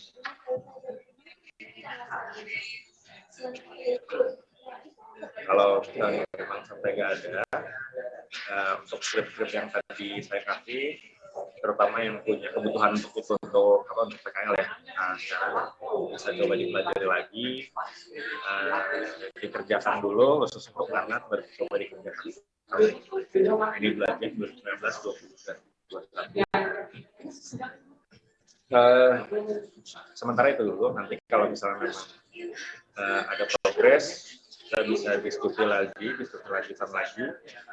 Mungkin di pertemuan berikutnya kita akan mengambil titik lapangan lah. Ceritanya kita ambil titik lapangan, bagaimana cara mengikut data lapangan tersebut ke dalam GEE, dan nanti bagaimana cara mengekspornya. Kita coba trial. Sementara itu dulu aja. Nanti kalau misalnya mungkin untuk teman-teman lagi, untuk Apel, Eta, kalau misalnya lagi ya mudah-mudahan sih ini bisa, ya balik lagi, mudah-mudahan ini bisa diterapkan setelah keluar dari PKL ini lah.